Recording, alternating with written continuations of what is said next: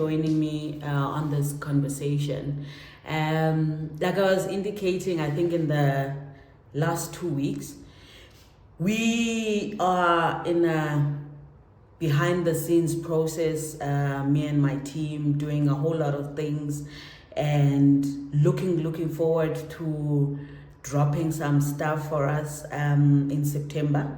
And if you don't know, September for Her Voice is critical because that is its birthmark. Now marking 9 years practically, but 10 years technically. There's a whole lot that's happening behind the scenes. You might have seen it by the change of this channel's name. We are now Her Voice International TV, and in other platforms we are busy changing things.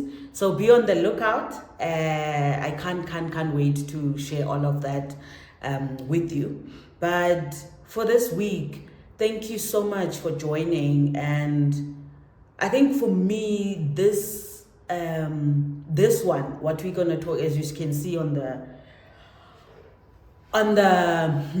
by the title of this video,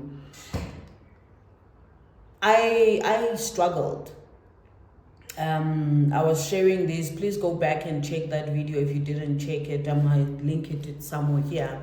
I struggled with embracing the container that God has put me in. And it was really out of ignorance, more than anything. I think you can appreciate that, and I'm going to talk about that more in the next week.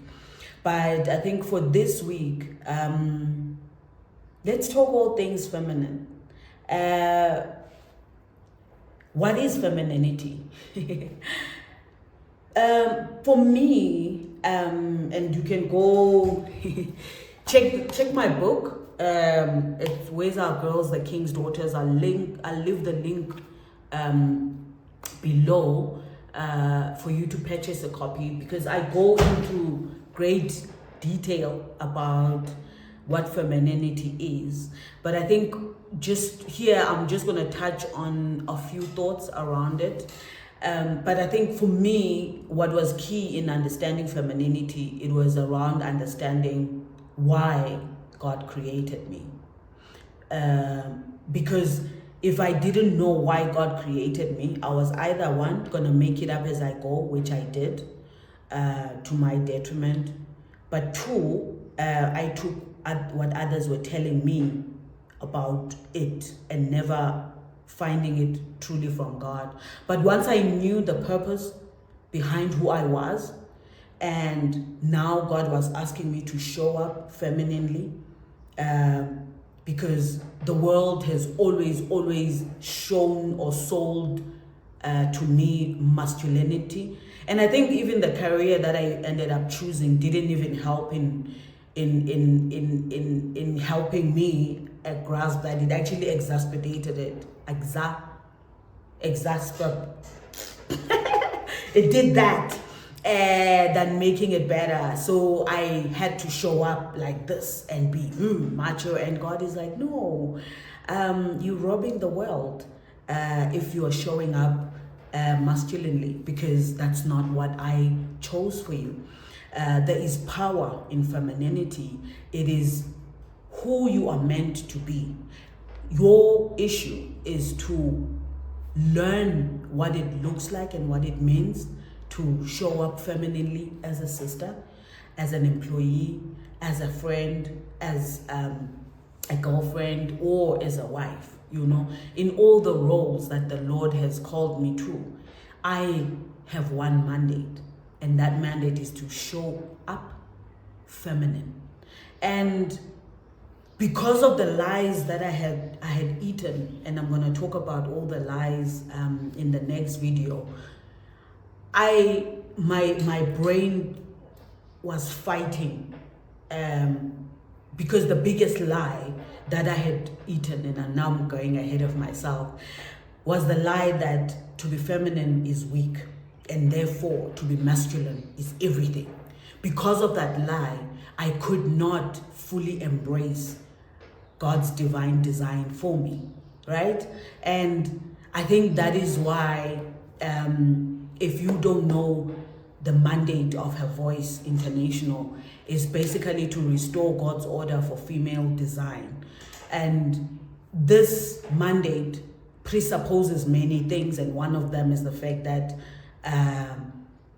there is a restoration that needs to happen, meaning we have moved away from what we were called for. Two, not only is the restoration an issue, but it's also about God's order. So it tells me that there is an order to this life that we have gone away from, right? And lastly, our divine design, and that journey, I mean, the commission itself, I've had to live it out. I've had to be restored myself, and I've had to learn God's order, and I've had to embrace many things, right? And part of femininity is that, part of my journey to femininity has been that, me embracing that. But in my book, I detail a lot, and I will be doing a lot of work around teaching about femininity, because I think that there's a whole lot of content out there, a lot of articles out there about masculinity, about leadership and stuff like that, but there's not a lot about biblical femininity. What does that look like? What does that mean practically, and once I embraced that, oh ladies, it made my life a beautiful wonder, right?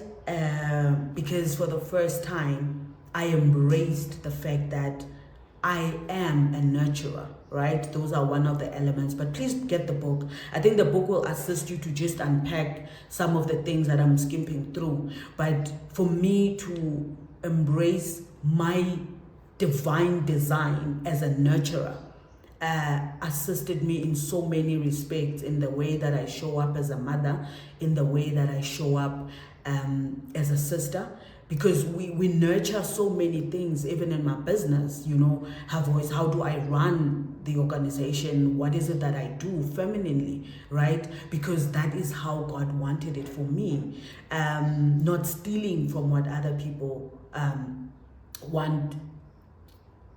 want me to do life, but to do life femininely. And I think that's my plea, because when I began answering the what, how, because the why and the what, I now had to ask how am I to be this answer? Because last week we were talking about the fact that our purpose in life is to be a solution, is to be an answer. But I think I went a bit further in my book and asked, but how? How am I supposed to be the answer? And God said, femininely. Now, but what does that look like? Ladies, I'd like for you to really, really get the book. It will help you. The people that have read it have talked about how it has helped them, but I know that it will help you as well. But I'm not going to go into deep detail on what is covered there, but I think one of the elements that I want to talk about, and I've touched on it already, is around femininity is me showing up as a nurturer, and understanding what that means in a boardroom setup. What would it look like for me to show up femininely? And as a lawyer, what would it look like? Because there are many elements around nurturing that have not been explored, and I want us to explore those. I want us to have conversations about those so that we don't reject them, because unfortunately, the way the society is, it sells us their ideas, and then when the truth of the Word of God comes, we reject it, like I did, because we cannot relate to it. It doesn't look appealing, but oh man, is it powerful? Because I believe that some of the problems that we are experiencing in our country, we are experiencing in our relationships, we are experiencing in society in general, if women showed up as their true self, the way that the Lord intended for them femininely to show up, it would really answer it. And I know that probably a platform like this would not be enough to evoke that, but I think my interest is that let me whet your appetite for you to be able to be hungry to find out from God, what does it mean to be feminine? Because you've never asked. Why? Because we've always read the books, we've always read the magazine, they've always told us what it means to be women. And all of that has taken us away from the real answer, which is found in God, you know. So as we come to the end of this video, I just want us ladies to have a pause and reflect on what does it look like to show up femininely. What does it look like for me to be God's daughter, but doing it femininely? How do I reject the masculine messages that are shown to me, that are sold to me? Because it's work. It's a lot of work. And this is my purpose. This is my life's purpose, to walk us through this. And I am hoping that you'll join us in September. For whatever that's going to happen in September. I said I'll reveal that in September. But beyond, as we all wrestle through this, it's going to be newfound, but for those that know it, I bless your heart and share more with us, please. But for those who've never questioned it and are now starting to question it, I hope you go on a journey with me to really explore how to really femininely show up. Thank you so much for watching this video. Hope to see you in the next video. Bye.